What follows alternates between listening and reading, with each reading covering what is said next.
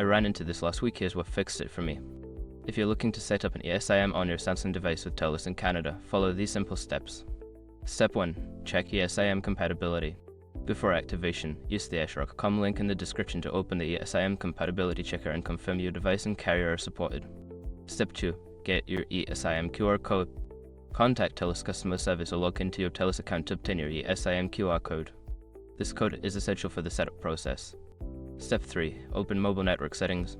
On your Samsung device, go to Settings, then tap on Connections and select Mobile Networks.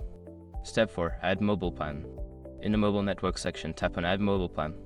Use your camera to scan the QR code you received from Telus. Follow the prompts to complete the setup. Step 5. Activate your eSIM. Once the plan is added, you may need to restart your device to activate the eSIM. Check your network connection to ensure everything is working properly. Sometimes, the QR code may not scan correctly if the lighting is poor, so make sure you're in a well-lit area.